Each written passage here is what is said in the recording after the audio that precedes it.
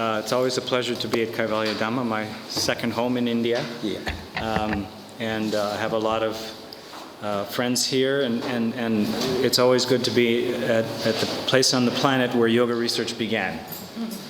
Because this is my career, and I have very much respect for Swami Kaivalyadhama and his historical role in yoga research.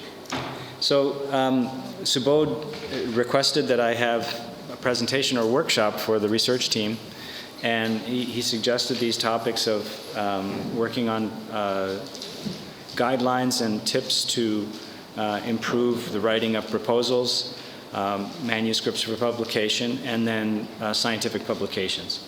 So in terms of basics, of course, the fundamental thing about a grant, which many people lose when they are writing a grant proposal, is that they forget that the aim of the grant is very, very simple. And that aim of the grant is to get money.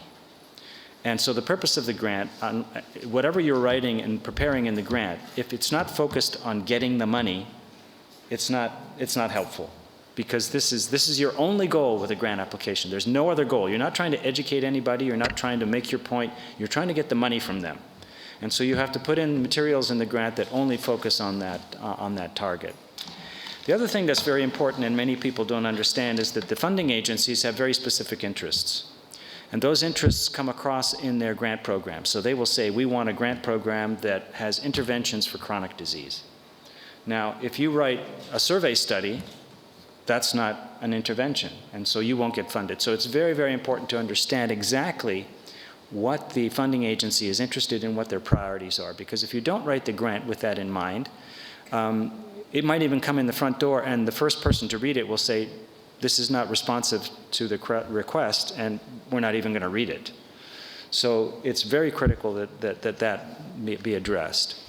And then, of course, you have to have all of the characteristics that are necessary to succeed in a grant application, and you have to have the appropriate ability, to conduct the activity, and that requires your expertise as well as the institution's characteristics.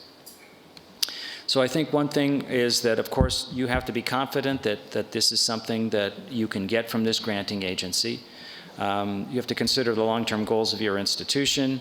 You have to start with an end in mind. It's kind of a top-down approach. You have to identify yourself and your strengths. You are basically trying to convince them to fund you. So this is like any salesman in any shop. You walk into that store and he has to convince you to buy those shoes. He's going to tell you why those shoes are wonderful and how little cost they are and how long they last. And then you walk out buying the shoes. It's the same thing with a grant application. You have to really state the plan. And it has to be comprehensive. It has to be detailed. The more detail you can provide without going overboard is very important. And many grant applications have space limits, so you have to be very judicious in how to get all of that information within the space that's required without losing information. Now, I think preparation is really critical.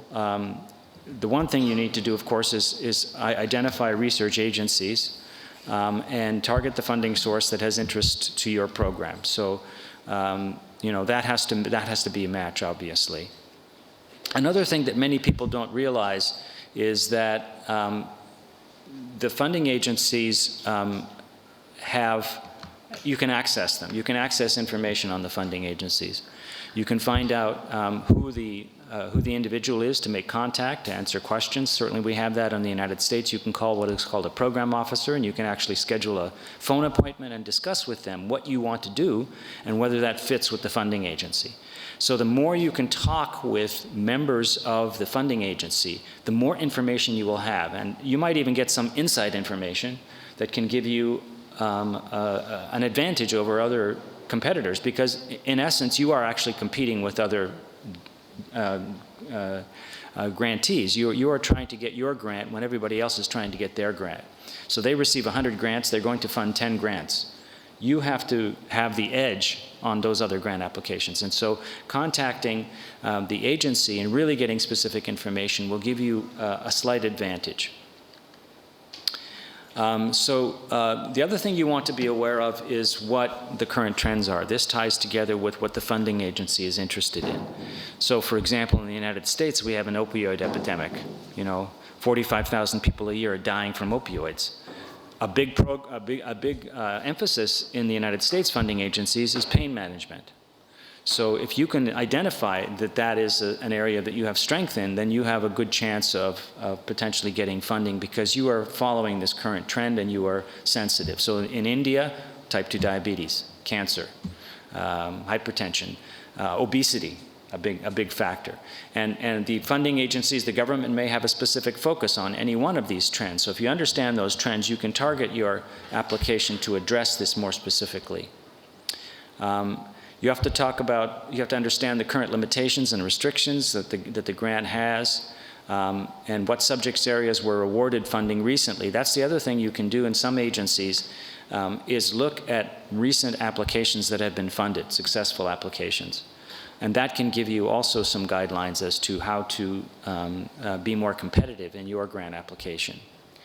It's also good to know which are the future plans of the funder. I mean, if this is Ayush or CCYRN, where are they going? What are their plans for the future? And if your grant application fits with those plans for the future, again, you are going to have that little bit of competitive edge over the other applications that may not have addressed that. So this is the kind of homework, this background investigation that can be very important in identifying how to best submit the grant application and how to target it, how to adjust it so that it's sort of this ideal.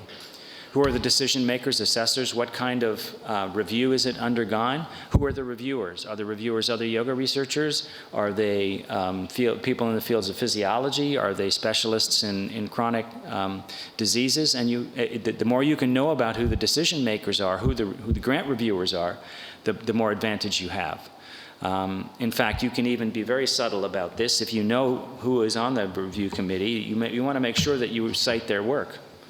Because if Dr. X is on there, and Dr. X has published 100 papers on cancer in India, and you don't cite any of his papers, he's going to notice. And Dr. X is not going to have good things to say about you because you didn't cite him. I mean, there is personal politics in this as well. And the more you are sensitive to those kinds of things, again, the more advantage you have. You need to understand what the review processes are. So they review different characteristics. Depending upon the country or the funding agency, they'd have different priorities. What's the significant importance of it, of the proposal? What are the, and how do they score the proposals? How much do they put weight on different aspects? Do they weigh very much on the importance of the protocol and the usefulness of the idea or the concept? Or are they really focused on the research design? Because I know in the United States, scientists and review panels are all about the research design. They're always criticizing the research design. And they sometimes even ignore the importance of the study because they're so lost in the research design criticisms. So you have to understand sort of what the emphasis is in the review panels. And again, that's going to give you an advantage. So you're going to have to know some of the basic deadlines. And these, of course, are things that are obvious, but you would be surprised how many people fail. I had a postdoctoral fellow who, we put together the grant, and then we'd spent a lot of work on this grant application, and she got the deadline wrong, and it was passed by the time we were ready to submit. So all of that work was for absolutely nothing. So we had to wait another 6 months to be able to apply for that same grant. So these are details that have to be front and center. How long will the grant take? How long does it, and this is a big plan. I mean, if you know that your grant deadline is June 1st, you need to say, we need this many months for this, we need this many months for that, we need this many months, and put out a timetable for exactly how long it takes. Because what happens a lot in American universities is that we are up all night long for a week just before the deadline. And then someone is rushing to the post office to put this in the mail at the last minute just before the post office closes. I was in a laboratory like this, and it's not a good way to live. Because you have this deadline approaching, and if you don't get this grant in, you might not have funding for the future work. So you have to plan ahead, and you have to know how long the process takes. What's the proper way to approach them? Again, this is the angle of what they want to hear. You want to tell them what they want to hear. That that they want to hear something and you're telling them, look, I'm giving you exactly what you want. And you convince them of that. How many people apply each year? What are the percentage? This gives you a sense of whether it's even worth applying, because if you know that there are 1,000 applications for 10 applicants, you're going to have a lot of competition. So it makes sense to also investigate whether it's worthy of approaching that funding agency. I know that Ayush has a tarnished reputation, and even though they're a new organization, they're not very good at funding, and so this has to be borne in mind. And again, as I said, most of this information can be found on the website, or you can contact the research guide, and you can actually, they also have reports and future plans where they publish, Ayush will publish what they're interested in the future. CCYRN may publish what they are interested in the future. And so if you know that information, you can adjust your protocol or your proposal to fit that. And the more you fit that, the more they say, oh, this is exactly what we wanted. And it's not by surprise, it's because you targeted it to exactly what they wanted. Of course, you have to have a good research team, and if you don't have the total expert research team that you want, you get a co-investigator. So if you don't have someone who's expert in a certain aspect of the protocol, you find someone at a local university who's willing to serve as a co-investigator to be part of your research team. So if there's someone at the University of Mumbai or University of Bombay University who's an expert in this area, top world expert, and you ask him kindly if he will participate, you can put his name on your proposal and say, look, we recognize that we don't have 100% strength in this particular area, but we now have a consultant who's a co-investigator on the grant, and he's agreed to work with us, and he's a top person in this field. And this takes away any criticism from the reviewers to say, these people have no experience here. You bring in the experience that you need. So you create a team of researchers that covers everything.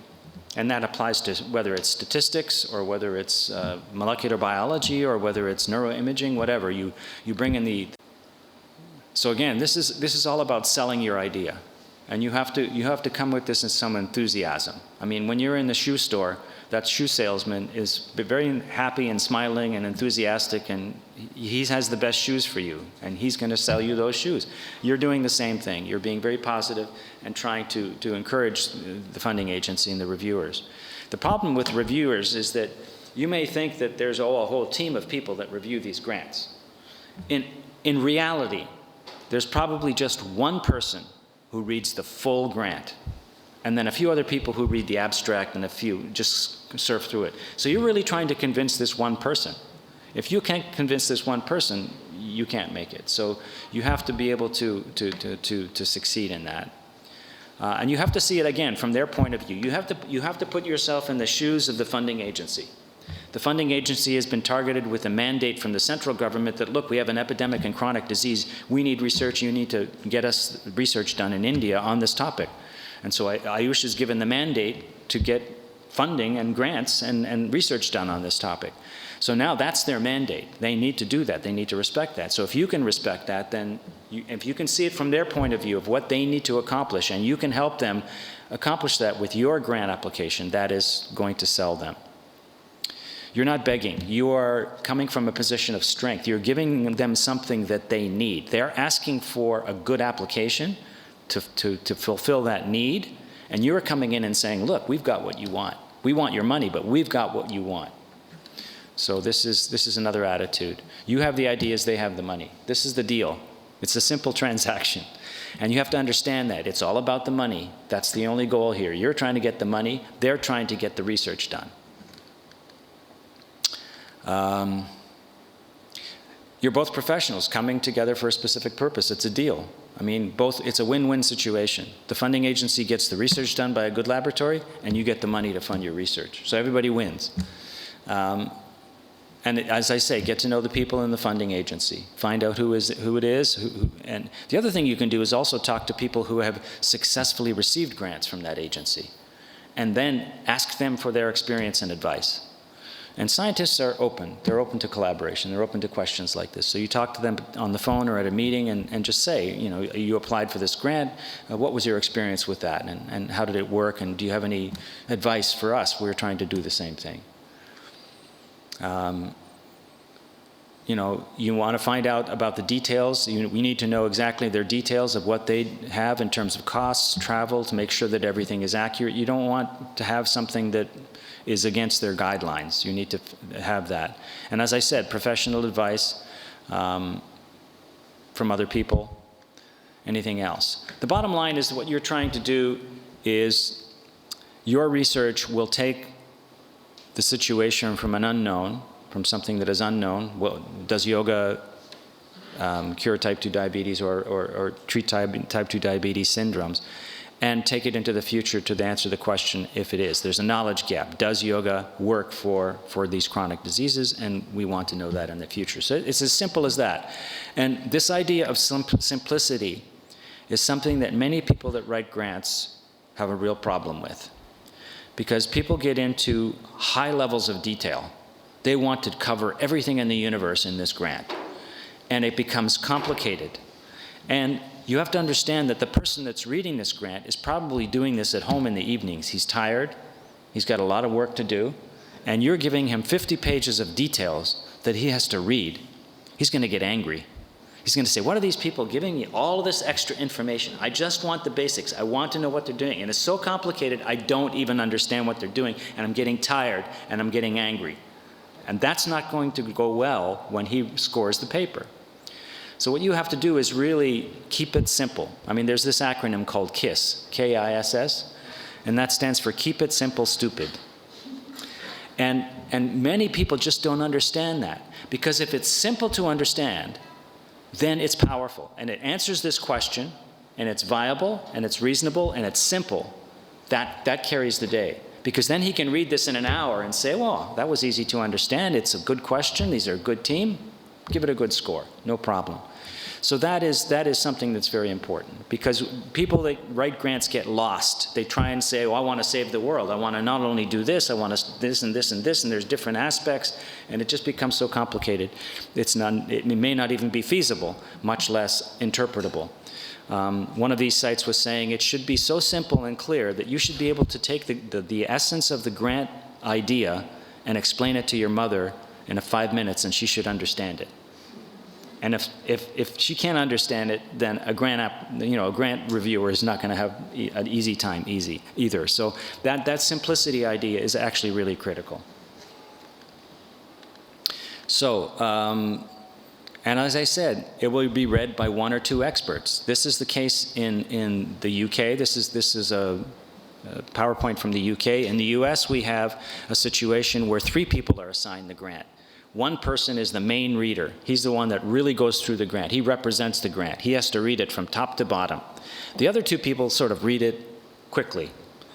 And those 3 really provide the score. But it's driven by the person who really read the grant. So it's really one person you're trying to convince in the end, because that one person convinces the other 2, oh yeah, you didn't read it right. This is really actually very good.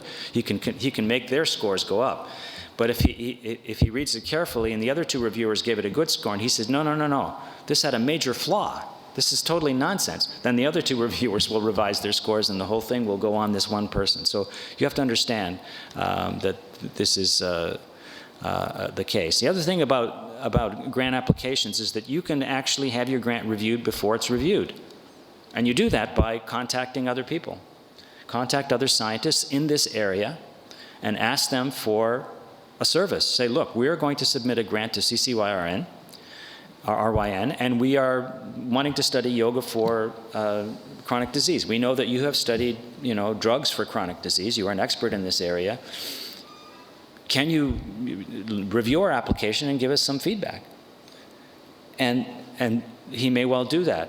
And if you offer an honorarium, he may do it even better. So you can do that, and that will give you expert advice.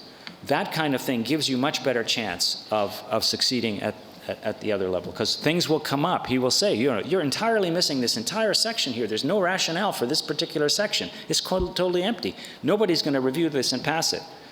And that gives you an option to then fix this up. You need a lot of time before the grant deadline to have time for this. You have to build this time in. Okay, we're going to finish the first draft by the 1st of May, and then we're going to have outside reviewers, our colleagues, review it and respond to those reviews by June 1st so that we can meet the grant do the revisions and meet the grant deadline on July 1st. So this is something that can really make a difference, to ask other colleagues to help you improve the review. In terms of the actual protocol itself, one of the most important pages in the entire grant application is the first page. This tells you everything about the grant. And a lot of people who are reviewing the grant will read just the first page. So this has to be perfect. It has to be impactful, it has to be concise, it has to be clear, it has to be accurate. That's the most important thing, because that tells them exactly what's going on, and they don't even need to read anymore if they believe that first page. So that's really critical. So in terms of the specifics, what are the objectives of the project? It has to be very clear. What will be the outcomes? What are you measuring? What's your primary measure? Is it HbA1c in the case of type 2 diabetes? That makes it simple. So first primary outcome is HbA1c. Secondary outcome is blood glucose levels, postprandial fasting blood glucose, and a diabetes lifestyle questionnaire. Those are our secondary outcomes. Make it very clear. Does it address a well-formulated problem? I mean, if it's a clinical trial, then yes, but in other research, they are trying to solve some kind of scientific problem. Mostly in yoga these days, we are running clinical trials. So it's a very simple problem of trying to interpret the treatment. Or you might be moving on to the next step. You might be saying, oh, the problem is not that we have a problem with yoga for diabetes. We have lots of studies, we have meta-analyses. We believe that yoga is useful type 2 diabetes. Our question is, what is the dose response required of yoga? How much yoga do you need to get a clinical benefit? So our protocol is not asking the question whether it does. Our question is asking what is the proper dose, because the proper dose can then be very useful for doctors to use in their patients. Is it a research problem or just a routine application of a known technique? Is it an important problem? Who is a solution who will have useful effects? This can't be overestimated. It has to be useful. It has to be important. It's got to have significance for science and society. Because if it doesn't, then these people who are on the review panels are spending government money. They're going to give these these scientists government money, and they can't send thousands and millions of dollars to a grant that's going to study warts. I mean, warts are not that important. Cancer is. So it's got to be an important problem, and you have to be able to address that. So do the proposers have a good idea on which to base their work? So you have to conceptualize your work to show that indeed there is for example, if you're going to study yoga for diabetes, you have to propose a rationale. Is this a good idea? Why is this a good idea? And you have to explain the rationale for why it's a good idea. Well, yoga increases mind-body awareness. Mind-body awareness can change lifestyle behavior, and lifestyle behavior is the main factor leading towards type 2 diabetes in terms of physical activity and diet. So there's one rationale. Another rationale is that yoga is very good at reduction of stress, and stress is a major factor in glucose regulation. So you provide a very clear idea as to why it's doing it. Does the proposal clearly explain what work will be done? That's critical. You have to say what is it you're studying, and that has to be in full detail. Is there evidence that the proposers know about relevant work that others have done? I have seen papers and grant applications where they simply have not reviewed the literature. And again, that's a twofold problem. Number one, it shows that you don't know what the field is. And if the reviewer says these people don't know what's been studied, then how can they possibly give you money if you're not even knowledgeable about the field? You have to demonstrate that you know what the field is and how your work fits into the rest of the research field. So a proper review of the literature is very important, and to show that you understand the literature. Because otherwise you might be doing something that's already been published. If you haven't done your work properly, there might have been a trial that's already been published on your proposal. And the reviewer only has to say, this has already been done in 1975, not funded. Do the proposers have a good track record, both of doing good research and publishing it? There's not much you can do about this. You can only say what you've done. So the one way you can maybe address this, if you don't have a strong track record, is to bring in consultants, is to bring in the people who do have a good track record. And then you can say that honestly in the proposal. Look, we understand that, we have not published a lot of papers in this area, but we've published a few. But we've assembled a team to ensure that our work will be really top-notch. We have this expert, and this expert, all of top-level universities that have partnered with us, and we therefore believe that overall we have a good track record based upon our consultants and co-investigators. What are the implementations for policy and practice? How will these be taken up? I mean, again, this is going back to the idea of what is the importance of this? What's the significance? In our grants at the National Institutes of Health, that's a whole category. Significance. What is the significance of this research to public health? And you have to make that case. And then there are subtle things. If you have demonstrated already that you're already funded by other agencies, then this agency says, oh, somebody else has already shown that this team is a good team and has been funded, so we feel more confident. There's not much you can do about this, but that will make a difference. However, on the other side, they may say, this is a new research team. We want to fund new researchers because we want more researchers in this area. So you might actually have the opposite happen. And they offer a reasonable balance of support for different research areas. This point's not so relevant. So common shortcomings that appear in grant applications. This proposal is badly presented or incomprehensible. This is where this one reviewer is going to have a problem. If this proposal is messy, it's poorly written, it's jumbled all over the place, it doesn't have a clear point, it's too complicated, he doesn't understand it, then clearly it's not going to work. And one of the ways you get around this is by, giving it to your colleague in another area and asking him to review it first. And if he says, look, I couldn't understand it, that's your first clue. We need to rewrite this because our colleague in Mumbai did not understand this. If he can't understand it, the reviewer is not going to understand it. So this is a way to really maximize your success because it takes a lot of time, as you know, to write a grant application. And it's wasted if you have something subtle like this lower your chances of funding. Another problem, as I've alluded to, is the proposers are attempting too much for the funding requested and/or the time scale envisaged. You can't cure the entire world in one grant application. You're not going to solve everything. You're going to have to solve one simple question, and it's got to be reasonable. It's got to be, the reviewer has to be able to say there's enough money in the grant for them to hire the staff to be able to succeed with what they've proposed. But if you've asked for the world, we're going to change the world, they're going to say, look, there's not enough money, there's not enough time. You've proposed too much. It's not feasible. And even though it's a very good idea and it's important work to do, they will not fund it because the overall proposal is too far-reaching. And had you cut that proposal in half, they would have funded it. So this is important. And again, this ties together with keep it simple. Keep the budget simple. Keep the focus simple. Keep the timeline simple. There's the expense. Yeah, because that's the other aspect of this. If it's too expensive, this one you're not going to run into this problem. Another shortcoming: there's no evidence that the proposers will succeed where others have failed. This is also in the feasibility of your trial. If you're trying to do something that nobody else has been able to do, despite many people trying, that might work against you. You have to show that there are technical details that are sufficient. That means the thoroughness. Again, this is part of the review. You have to show that you are familiar with the literature, especially with the literature of the reviewers. And the proposed research has already been done. I made that point earlier in our slide. So, in terms of the formal structure of the grant application, statement of the problem. Again, this is the take-home message. What are we trying to solve? And the thing is, you're trying to address the epidemic of diabetes by providing a yoga intervention, which will be a non-pharmacological, cheaper, long-term approach with no side effects in a major epidemic.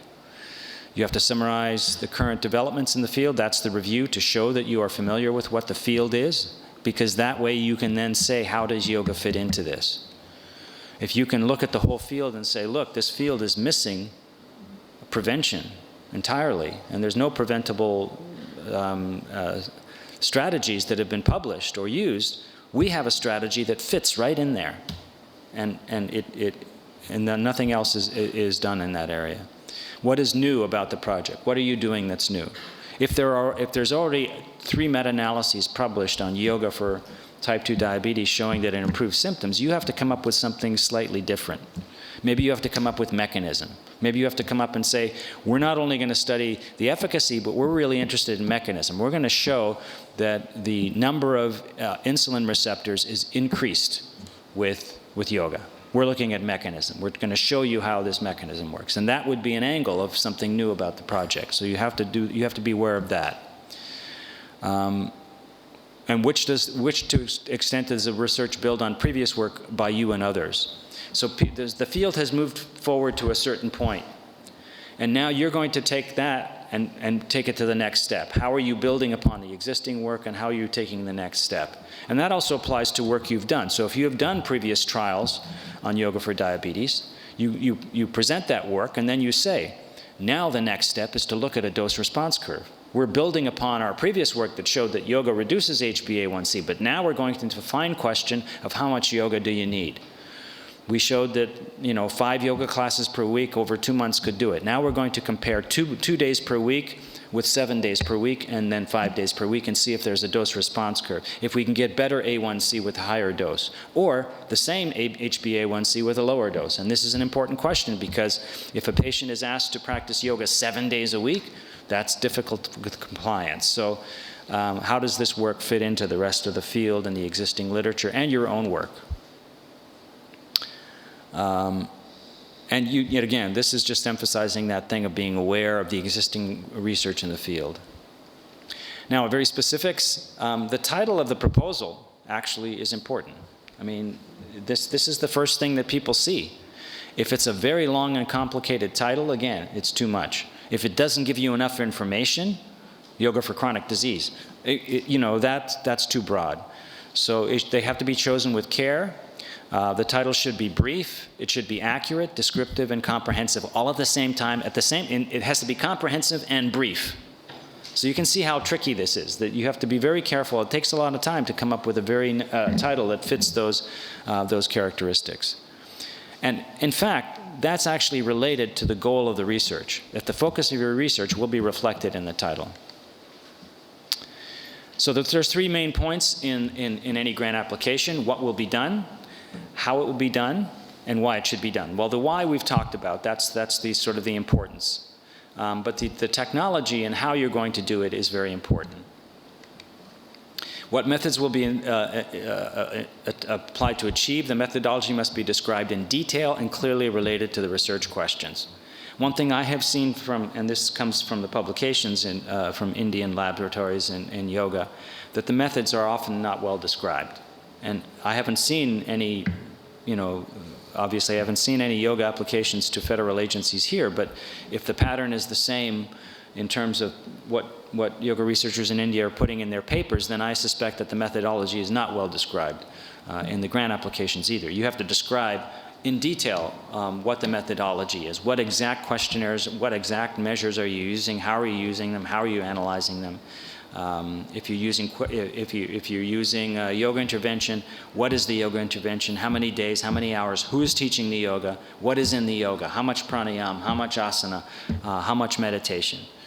Where is it being taught? Are the patients coming to it? Is it a group intervention? Is it a one-person, one-on-one, the yoga therapy intervention? All of these things have to be in detail. Are they rigorous enough to produce clear answers? You can't be very vague. You have to be very specific. You have to be able to show that the measurements that you're using can produce statistically significant results. The timetable's got to be realistic. You have to understand that and be realistic in how much time it takes to get a study going. And I know in India, oftentimes you actually have to have your ethics review in first, and it may take a lot of time to get the ethics review done before you actually start the study. So you have to build that into the time frame. And you have to understand recruitment is the biggest challenge in all biomedical research, is actually recruiting. And so if you say, we're going to get 1,000 subjects in 1 month, I'm sorry, it's not going to happen.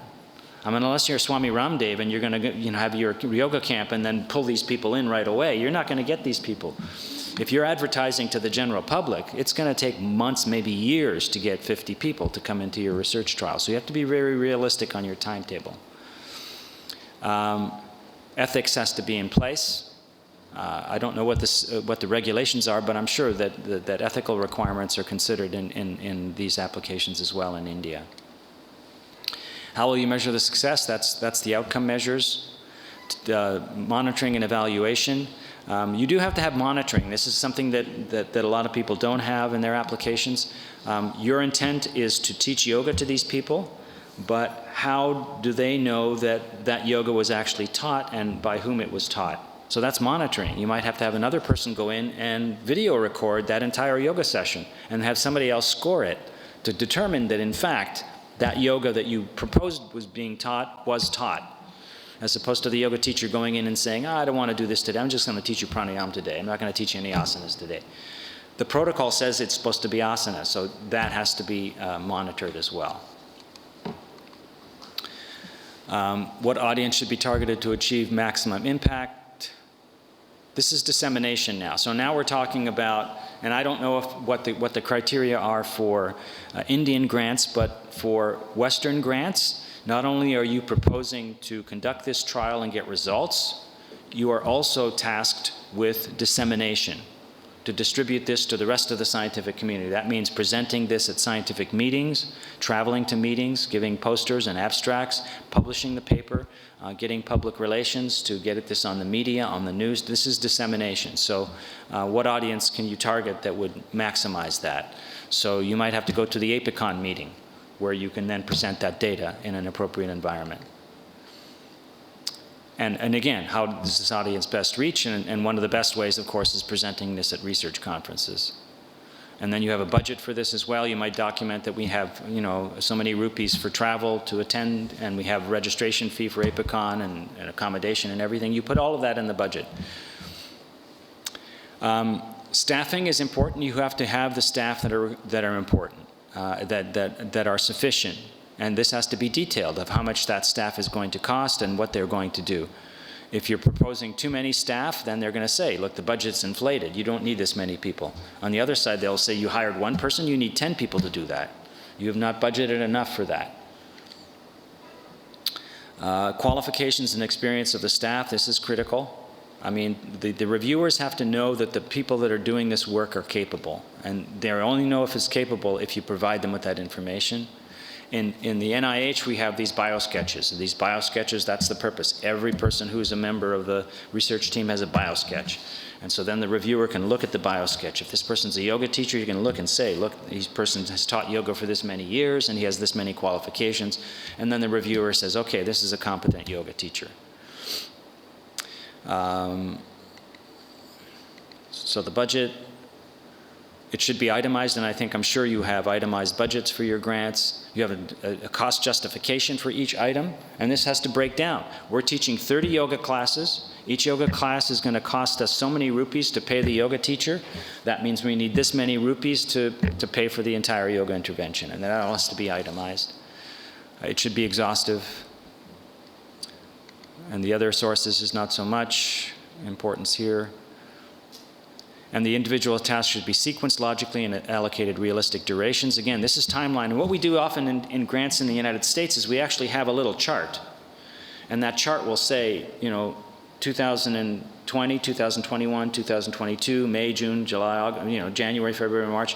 And then you say from January to, March of 2020-21, this is where we get the ethics approval. And then recruitment takes place from July of 2021 through, July of 2023. And then the manuscript preparation takes place in 2025. And there's this whole timetable so that the reviewer can very simply see in a graphical model of when you're anticipating to do this. And then he can get a sense, or she can get a sense of whether this is a reasonable timetable. So, in the US, you write a grant application, your odds of getting that grant are 1 in 10. So that means you write 10 grant applications, you get 1. This is why I hate grant writing. But this is the world. If you're going to be a research scientist, this is what you live with. This is the only way that happens. This means that the first time you submit your grant, expect that it will not be funded. Expect that. Because if you don't expect that, you're going to be disappointed. So you get regular feedback from readers as soon as possible during the development of the proposal. That's before the proposal goes in. Plan well ahead. This is this plan well ahead time. Build in a month for getting these comments from other people who are expert yoga researchers in the world, so that you can revise the proposal before you submit it. Do not feel ashamed. You never ask for the money, it will never be offered. Try again. This is what it's all about. You know, I just spoke with a colleague of mine at our symposium in yoga research last month, and she said she revised one grant application and resubmitted it 6 times before she got it. So yeah, that's just the way it is. You know, unless the reviewer is saying, this is garbage, don't ever resubmit it. If the reviewer is saying this is just flawed, it needs to be redone, then, you know, you revise and resubmit. Learn from feedback regarding a rejected proposal. You have to listen very carefully to what the reviewer said. If you don't put in a revised proposal that addresses that criticism and the same reviewer sees it, forget it. That reviewer is going to say, I took time to review this proposal. I gave you my valid criticism why this is a major flaw, and then you resubmitted it and you changed nothing. Why should I? It's still flawed. I'm not going to give you the money. That's it, out.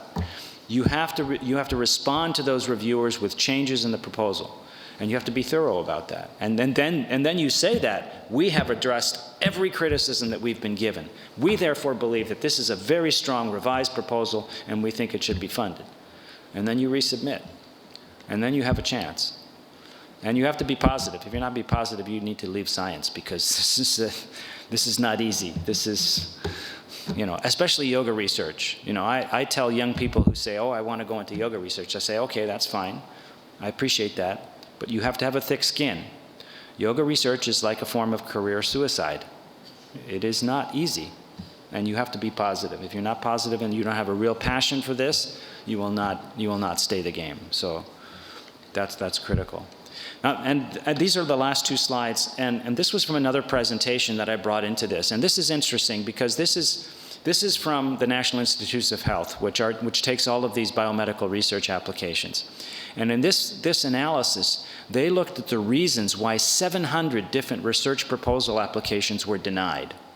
So this gives you a sense of what's the most important things that end up getting a grant rejected. So clearly the one that's the biggest are and this is something I've already mentioned too, is the approach to the problem. This is the research design.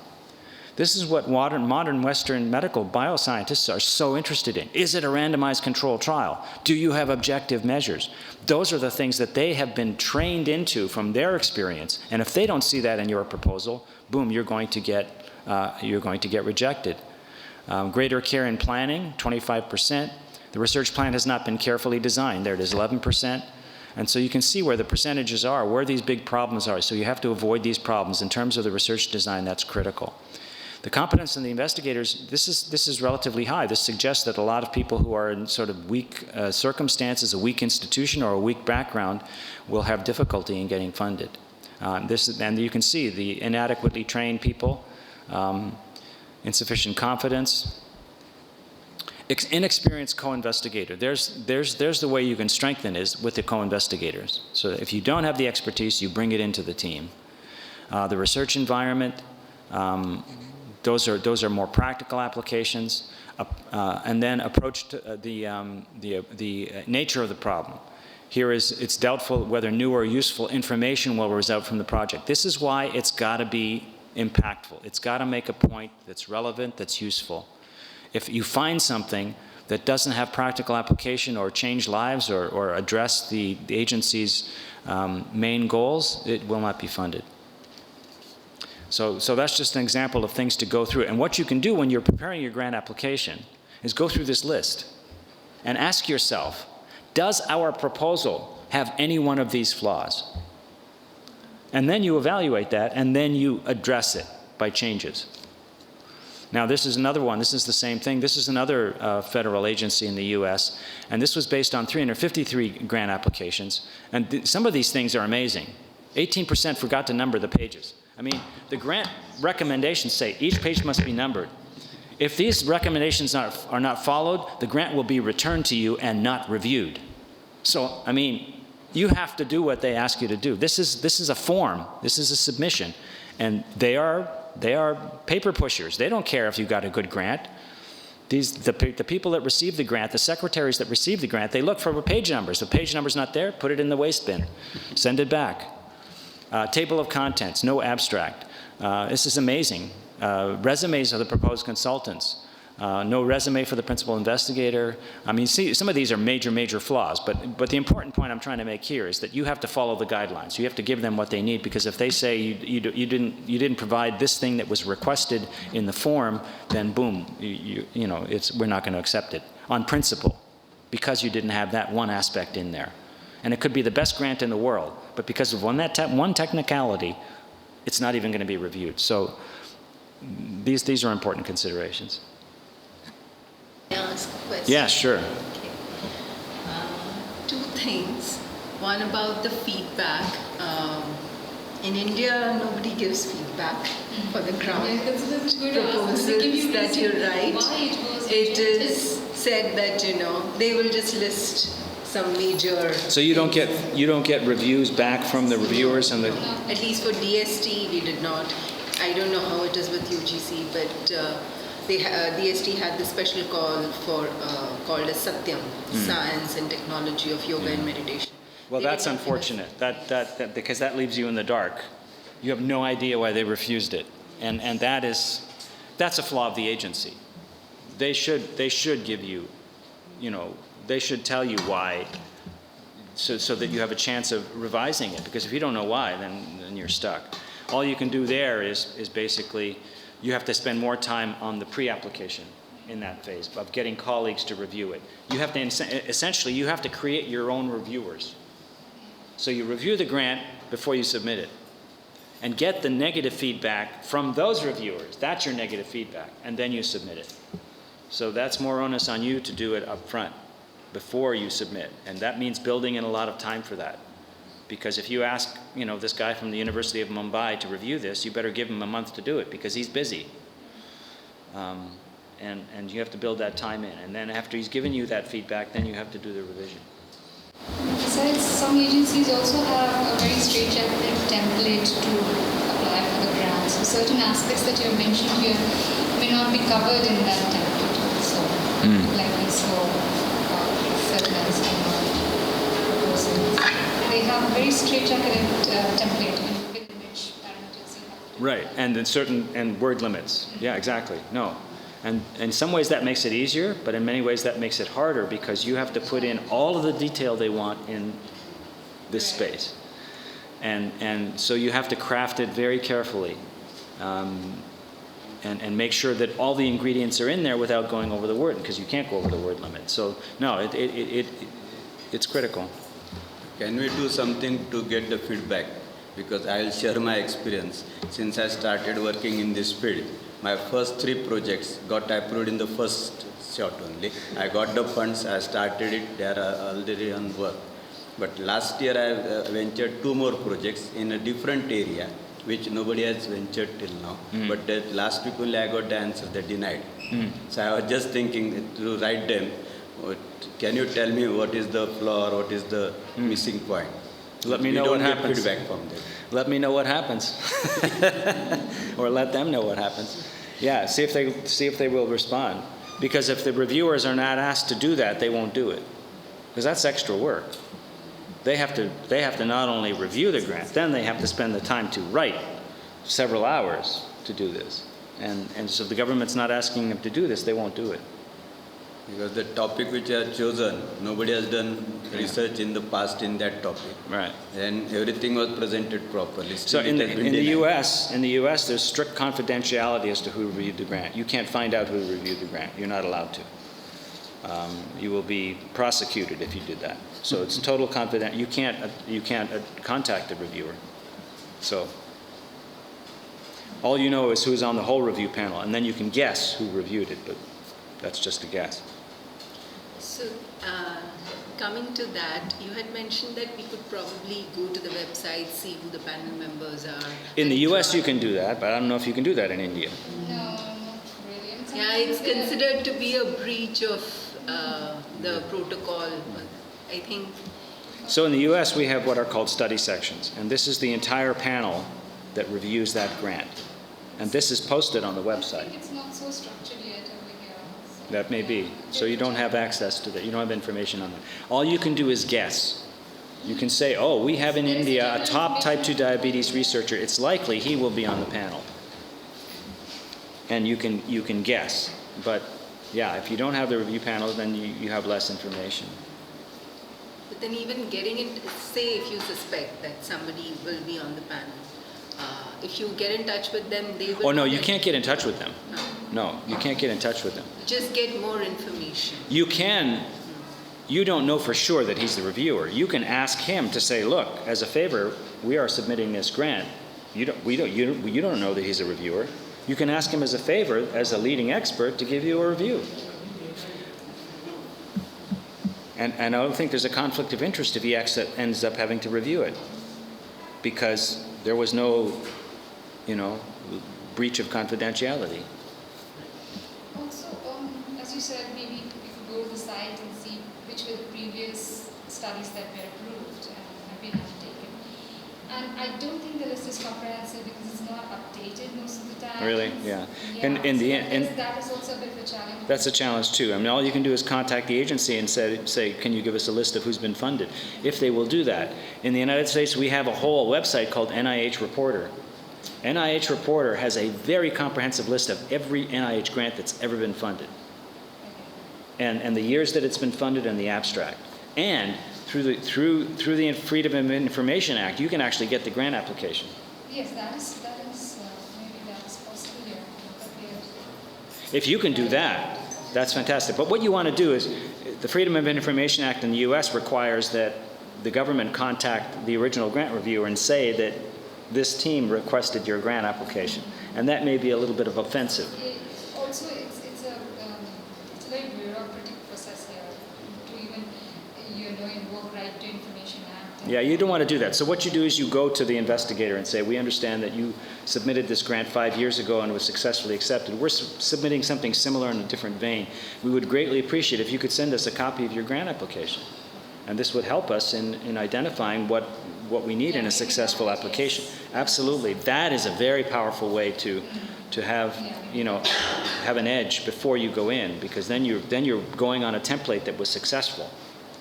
And if that man or woman is kind enough to give you more details of, look, I also found this and this to be important, then you have a colleague helping you.